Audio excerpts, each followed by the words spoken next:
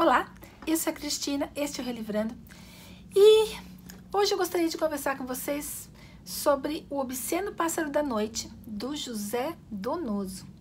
Bem-vindos!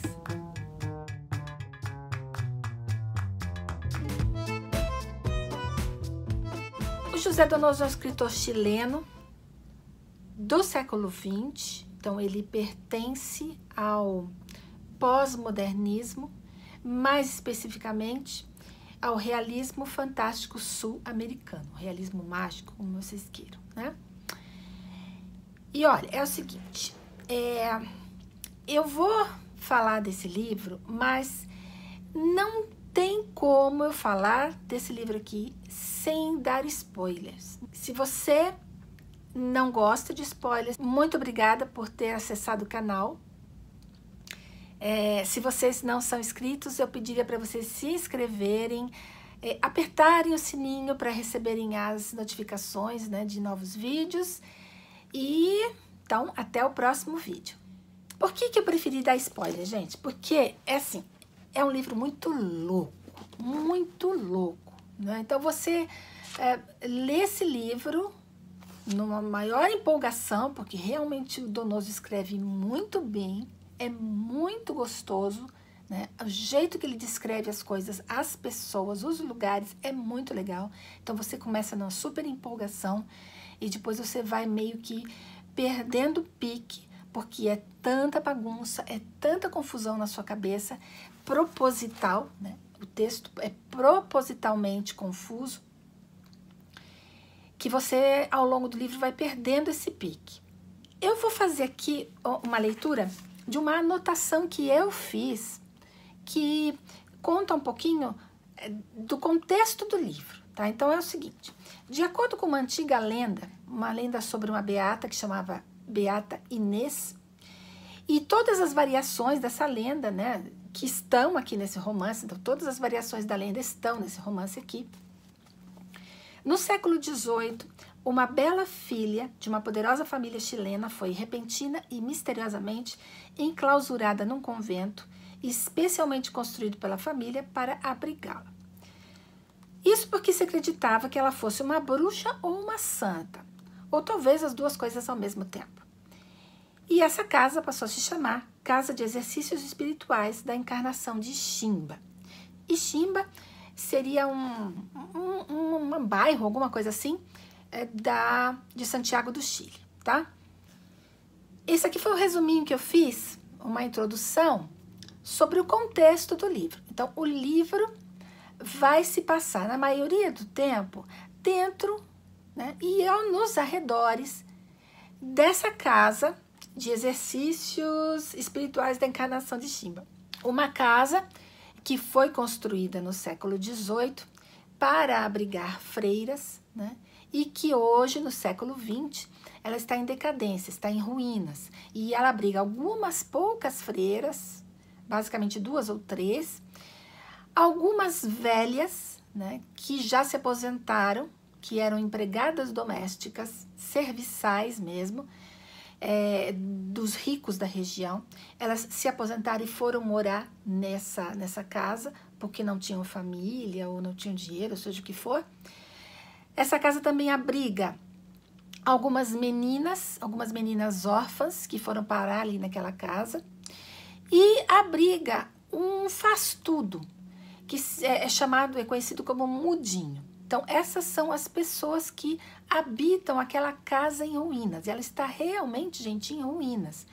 Inclusive, o livro começa, a gente já sabendo, que a atual seria descendente, né, dessa beata, que também chama Inês, né, está em Roma, fazendo negociações, quer dizer, procurando negociar com o papado a não destruição dessa casa, porque ela considerava que a beata deveria ser beatificada, né, ou santificada. Então, destruir a casa dessa beata seria um sacrilégio. Então, a história, gente, se passa, como eu falei, dentro e fora, né, nos arredores dessa casa em ruínas. E por que eu falei que eu vou dar spoilers? Porque você começa o livro e você acha que quem está narrando é o mudinho. Mas aí o que acontece é esse mudinho, né, é um surdo mudo, como eu falei, é o faz tudo ali dessa casa em ruínas. Ele faz umas andanças no tempo, ele vai e volta no tempo, ele conta o tempo atual, ele conta memórias.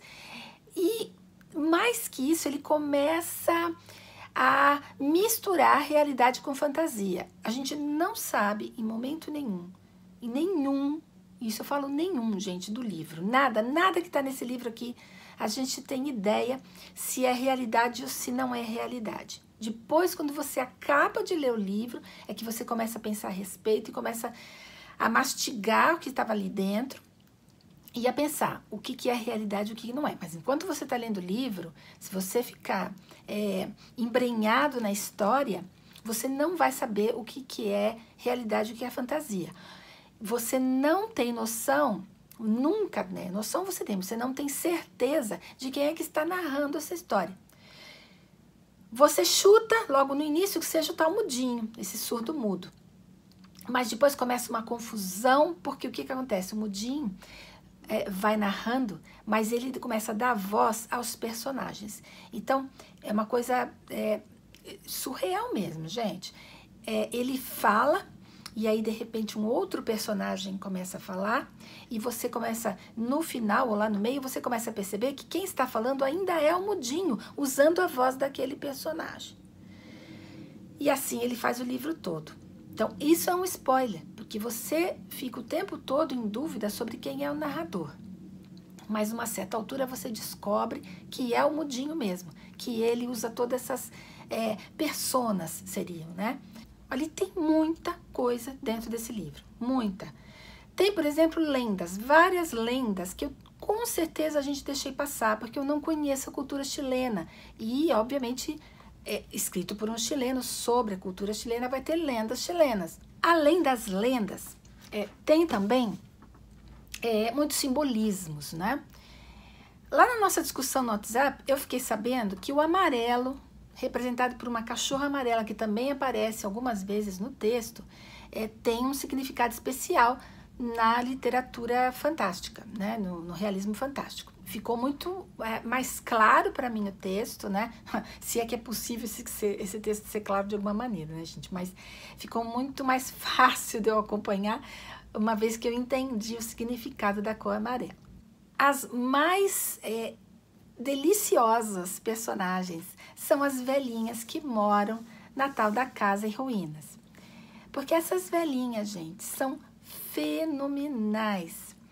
Elas fazem uma confusão entre presente, passado, realidade, sonho, desejo.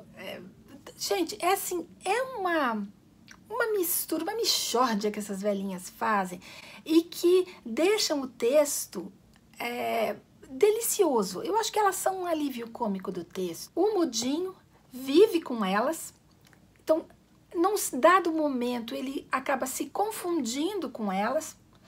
Não é assim que a gente, quando lê, se confunde, não. Ele acaba achando que ele é uma delas, né?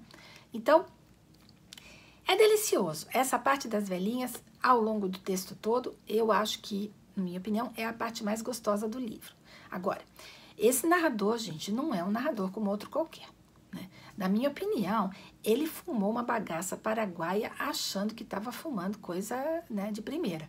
Porque ele delira, simplesmente ele delira. Então, ele vai descrever, por exemplo, um lugar em que ele colocou, dentro da imaginação dele, pessoas absolutamente deformadas, pessoas com todas as deformidades físicas, né, possíveis e imagináveis. Então, tem coisas assim medonhas, né, coisas engraçadas até, hilárias, mas também coisas medonhas. Bom, agora vem um outro spoiler, porque o narrador é o mudinho, né? E ele está escrevendo um livro. Então, veja bem, a gente supostamente está lendo um livro dentro de um livro.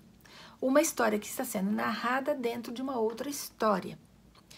Só que a gente não tem consciência disso. A gente vai ter consciência disso com a fala do próprio Mudinho, né? Com o desenrolar da história. Então, lá pelo meio do livro, é que você tem uma ideia de que isso está acontecendo. Mas você não tem certeza. Esse, para mim, é o brilhantismo do Donoso. É contar essa história em meio a toda essa profusão, né, de ideias e fazer com que você, leitor, mergulhe nessa história de uma tal maneira que você mesmo, nas suas próprias conclusões, não sabe se essas conclusões são tiradas do livro ou são parte do seu próprio devaneio em relação à história. Eu não sei se eu consegui me explicar, eu acho que eu fiquei mais confusa que o próprio livro. Claro que o livro não é só esse devaneio. Ele faz discussões bastante pertinentes, aliás, dentro dessa própria loucura, né? Ele faz discussões muito pertinentes, que eu, inclusive, anotei aqui para falar para vocês. Ele discute as relações de poder. Então, dessa família, a Ascoiti, a família mais poderosa da região, que controla a política. Então, ele discute essas relações de poder. As relações de poder com a instituição religiosa. Ele faz uma crítica à instituição como um todo. Ele faz uma citação das indulgências, né? Se vocês quiserem saber o que é isso, anota aí, indulgências. Então, isso é citado aqui e é criticado no texto.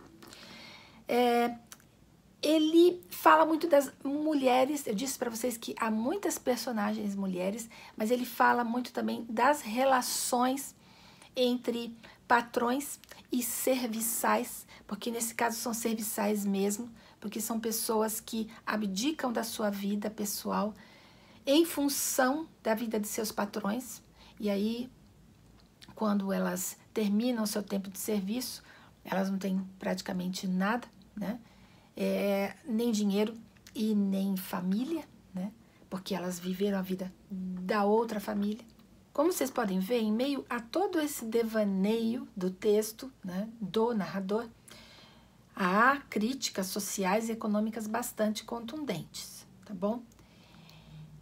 E, gente, eu acho que o livro termina, mais um spoiler aí, o livro termina com o maior dos devaneios ao longo do livro todo, porque você fica o tempo todo tentando descobrir quem é esse narrador, quem são as pessoas, se elas existem ou não, o que esse narrador está fazendo, a partir do que ele está falando, para lá no final do livro o narrador, simplesmente desaparecer. Ele desaparece, sem explicação.